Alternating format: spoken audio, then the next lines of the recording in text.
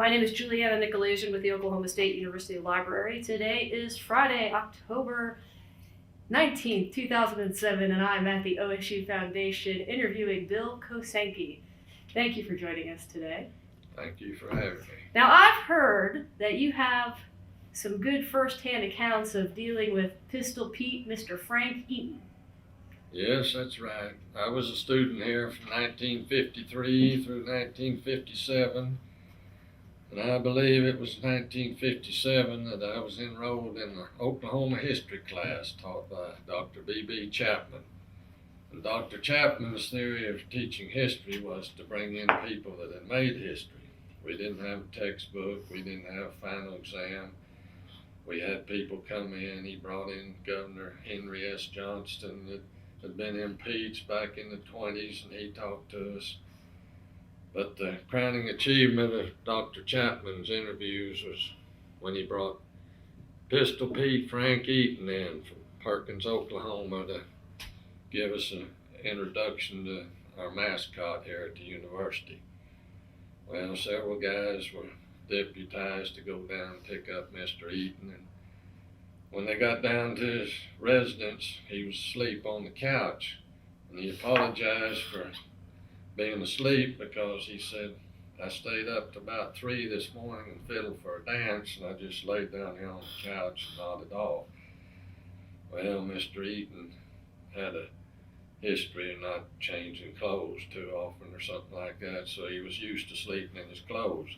But they brought him up to the classroom, and for about 45 minutes, I guess, he held court and told us of experiences. He was a U.S. Marshal riding for the Judge Isaac Parker, the hanging judge, Fort Smith, Arkansas. He rode the circuit, Oklahoma territory, and he bring in outlaws and this and that. And he had a reputation of killing 6 or 7 men that had murdered his father when he was young, and so he was a tough character. But he talked to us. It's all very interesting, all being recorded like you are now. When he finished, any questions? Well, there's always somebody that's got something, you know. Said, Mr. Eaton had his pistol on. He said, Pete, let's see that famous fast draw. And the old gentleman pulled his gun and fired a hole in the wall there. Everybody's eyes got, we had no clue, you know, that he had a loaded weapon in here. Class dismissed pretty quick, and when all of us walked out, we were kind of pale, and the next class was coming in trying to ask us what happened. That basically is one experience that I witnessed with Frank Eaton. And the one other time I was where he was at, Dr. Chapman's idea of giving a grade was to have you participate in a project. He might have a program on KSPI for something. We'd sing 20 verses, Rose of Shawnee or something, but you had to do something to get your grade. Well, he had a project to dedicate the first Civil War battlefield in Oklahoma. It's out here by Yale, Oklahoma somewhere. There was a granite monument put up. They were unveiling it and dedicating it that day. We had to go out there and sign the paper so we'd be sure to get an A. We didn't have anything to do but be there. But they had displays set up, and one table had Army weapons from the Civil War. A long barrel pistol that the Army used and other weapons. They had Pistol Pete there as the authority on these firearms. He's standing there, and a couple little kids roaming around there playing cowboys and Indians. And they walked up there and said, Pete, can we borrow your pistol?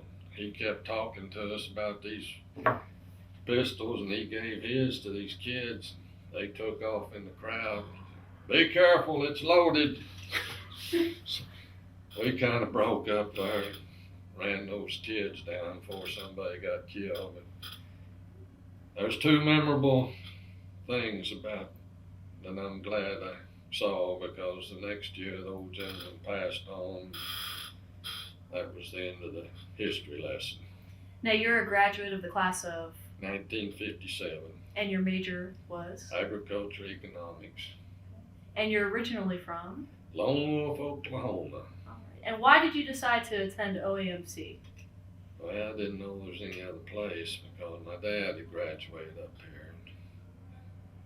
So it was, I always intended to. So I was the second generation, and our children, 2 of them have graduated here now, and we got 2 grandsons in training. They'll Wow. be here later. That's very interesting. That's something we look at, our legacy families. They're legacies, these little kids. Just one quick question for you, and I'll have you on your way. We notice, especially with legacy families and with everybody who graduated from OAMC and OSU, that there's this great intense loyalty to the college. What is it that makes OSU so special? Well, I wish I knew, but the governor of Oklahoma told me one time, Governor Nye, said when he got to be governor, he appointed people to the board of regents from the universities.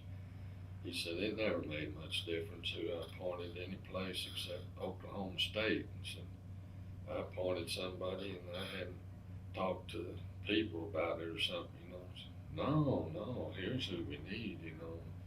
He said, what I gathered was that most universities are a place that you go and get an education and you're proud and you leave. Says, but Oklahoma State is a way of life. And I guess that says as well as anything. It just stays with us. Definitely. I've been coming back here 40 years, season football, looking forward to tomorrow. Is there anything else? Do you have that one college story that's your favorite college story that you tell everybody? Probably not. I'm looking over. No. Just the pistol. Well, we appreciate you coming by today to tell us your Pistol Pete story. Thank you. Enjoyed it. All right.